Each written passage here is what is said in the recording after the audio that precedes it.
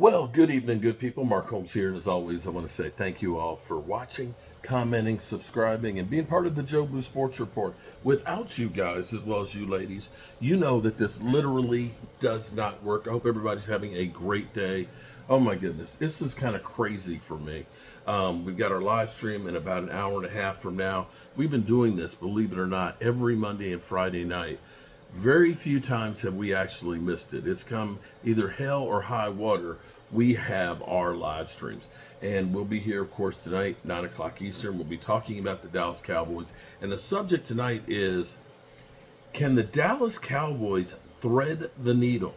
And by that I mean, for the Cowboys to be the team that we want them to be, to go further than they've been before in quite a while, they're going to need a lot of different things to come together to get this team together. We're going to discuss this tonight, and we'll definitely get knee deep in it because this is really the first time that I remember Cowboy fans being as depressed as they have on the Cowboys, on the future.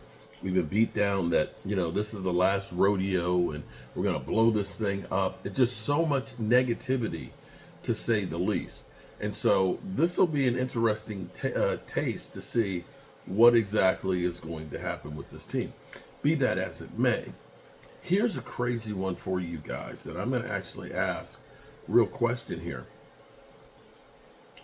Are the Dallas Cowboys, let's put this caveat out there. If the Cowboys get CeeDee Lamb signed sometime in the near future and he has another great season, we already know Stephen Jones is looking for him to carry even more of the load. Good Lord. Wants him to have 12 to 15 touches per game. I don't know if he understands with the catch percentages he had last year, that'd be 197 catches. Yeah, that would be a lot. Be that as it may. Are the Cowboys a better team, at least on paper, right now than they were last year? And there's a lot of people going to say, man, put down the weed, okay, because you crazy. No way, no how.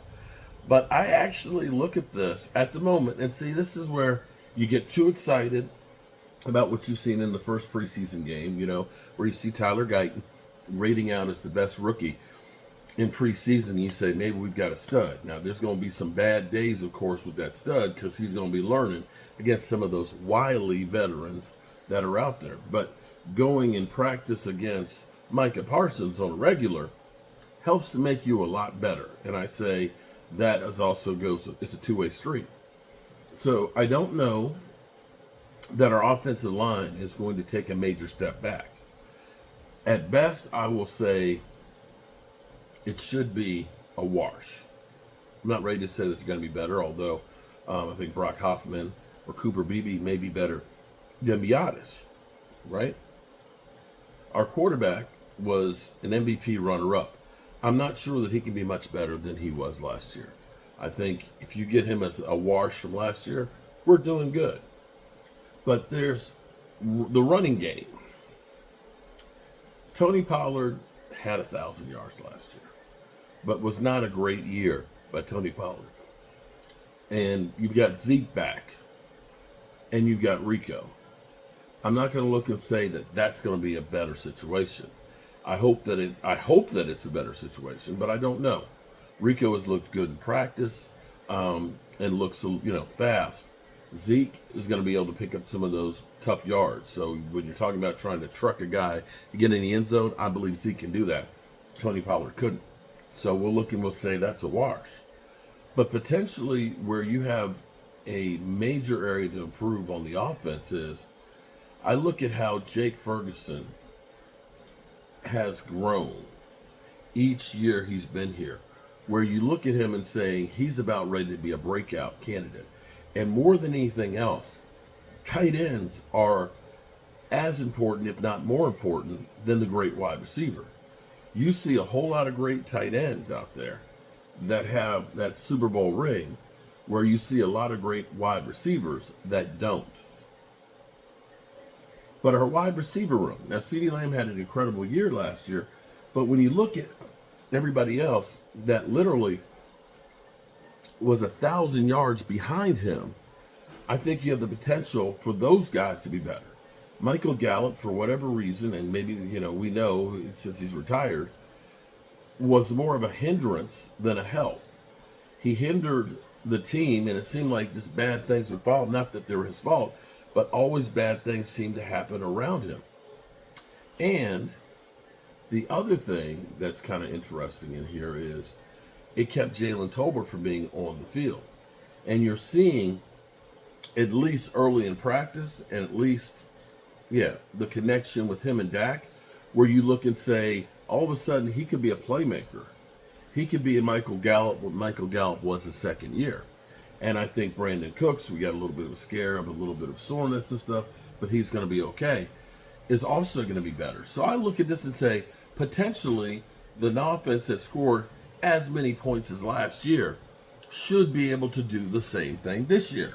I might be crazy, and I don't think the cake is finished being baked just yet.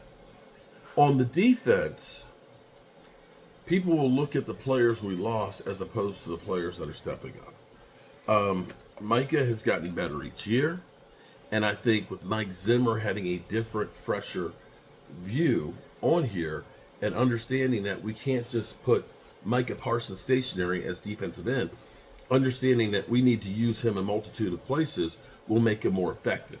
I think that's an improvement. I think our defensive front, Osa and Digazua, being in that contract year, and he looks a little bit thicker than he has. I think Osa will be really good defensive tackle this year. Mozzie putting in the work. I think Mozzie potentially is going to be better than last year. And getting Jordan Phillips, I got to say that's at least a wash, if not potentially better, if he's healthy, than Hankins. The questions will be is losing Dante Fowler and Dorrance Armstrong. We looked at Sam Williams being a guy that could replace him, although we are kind of deep in defensive ends. Carl Lawson, if he's past the injuries and plays well, I don't think you're going to lose a whole lot. I think that him and Dorrance Armstrong are on the same type of playing. So I look at that potentially and say, we may be, and also with Jordan Phillips there, may be better suited to stop the run, which was our bugaboo. The two problems we had was running the football and stopping the run. Okay. Linebacker. From us having Marquez Bell as our linebacker going down the stretch, that was basically about it. It really was about it. Now, Overshown and this linebacking core is looking really, really good. By comparison, it's night and day difference. That's a major upgrade and improvement on this defense. Our secondary, you lose Stephon Gilmore, but right now it looks like Diggs is going to be ready to be locked and loaded. We don't know if there'll still be a little bit of slowdown or step back from missing last year.